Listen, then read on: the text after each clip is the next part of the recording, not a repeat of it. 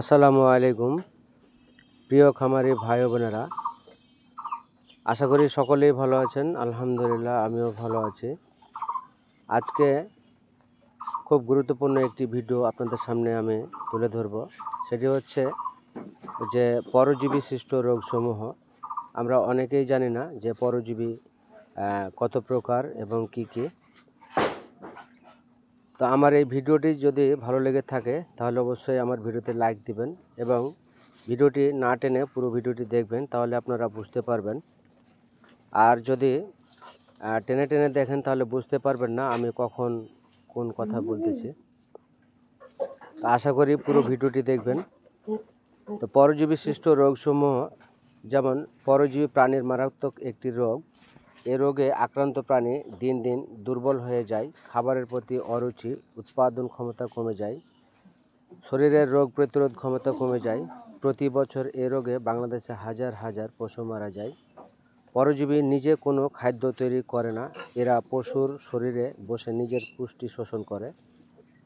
বাংলাদেশের আবহাওয়ায় পরজীবী বিস্তার খুব উপযোগী। বিশ্বে 1000 প্রজাতির পরজীবী আছে। পরজীবী মূলত দুই প্রকার, যথা অন্তর্জীবী এবং বহিঃপরজীবী। বাংলাদেশে এই দুই ধরনের পরজীবী বিদ্যমান।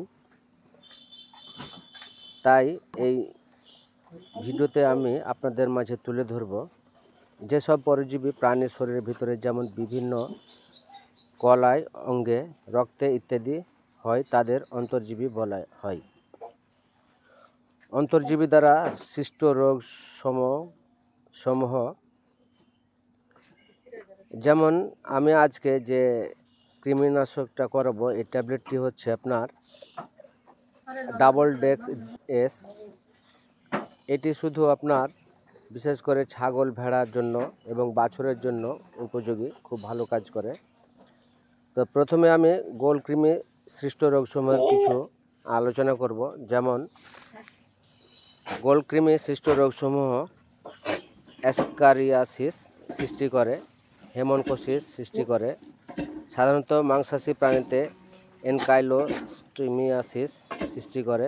সাধারণত রোমন্থ প্রাণীর ক্ষেত্রে বুনোস্টোমিয়াসিস সৃষ্টি করে। নিউমোনিয়া সৃষ্টি করে এবং আরও অনেক কিছুই সৃষ্টি করে। এরপরে আমি কলিজার যে পাতা কৃমি, সেই সম্বন্ধে আমি একটু আলোচনা করি। পৃথিবীর প্রায় সব দেশে এই কৃমি দেখা যায়। বাংলাদেশের আবহাওয়ায় আরও এটি খুব দেখা যায় আর কি। আমাদের দেশে গরু, মহিষ, ছাগল, ভেড়া কলিজার পাতা কৃমি দ্বারা অধিক আক্রান্ত হয়। এ রোগে ফ্যাসিওলিয়াসিস বলে। তো এটি আপনারা কিভাবে চিকিৎসা নেবেন?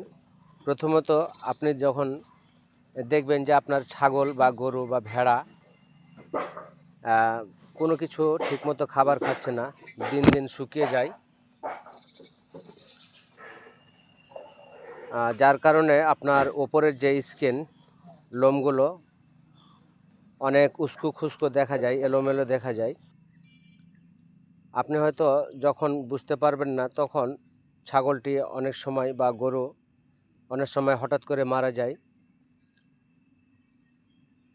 তা আমরা আসলে এই রোগ সম্বন্ধে কিছু গুরুত্ব দিই না, যার কারণে এরকম আমাদের সমস্যার সম্মুখীন হতে হয়।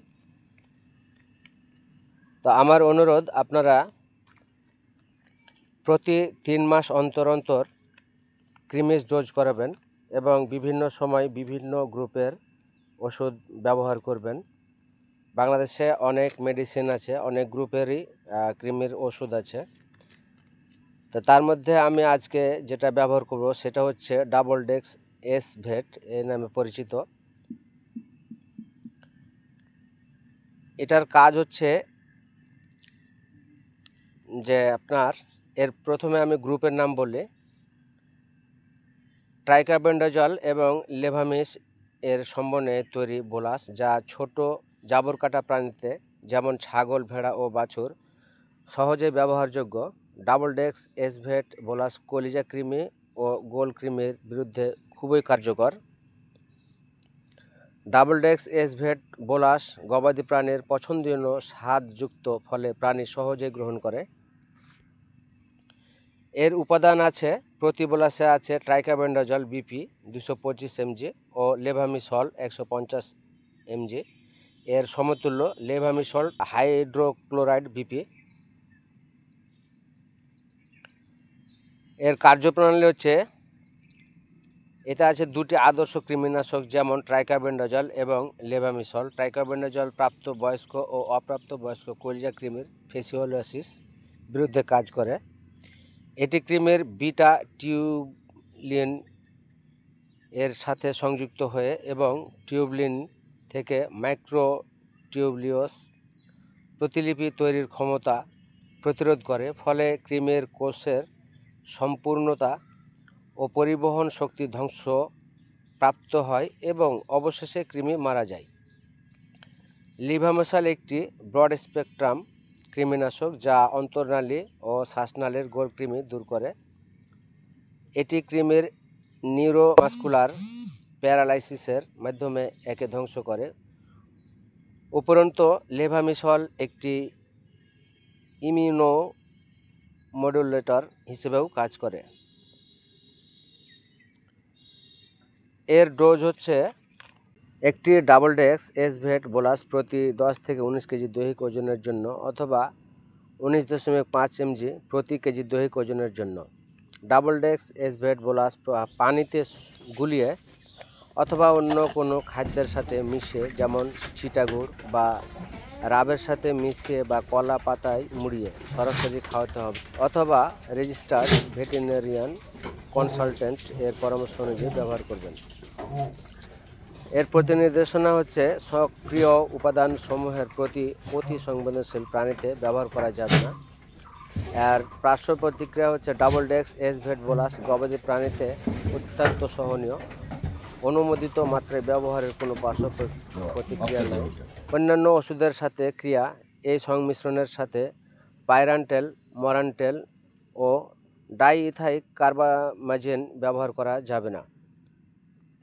মাত্রাবিধি, অনুমোদিত মাত্রার চেয়ে ট্রাইকাবেন্ডাজল 6 গুণ এবং লেভামিসল 3 গুণ নিরাপদ। এর প্রত্যাহারকাল হচ্ছে মাংস 28 দিন, দুধ 10 দিন। গর্ভাবস্থায় ও দুগ্ধকালীন সময়ে ব্যবহার অনুমোদিত মাত্রায়। গর্ভাবস্থায় কোনো ক্ষতিকর প্রভাবের তথ্য নেই। কোনো ধরনের ভ্রূণ বিষক্রিয়া বা টেরাটোজেনিক প্রভাবের ও তথ্য নেই।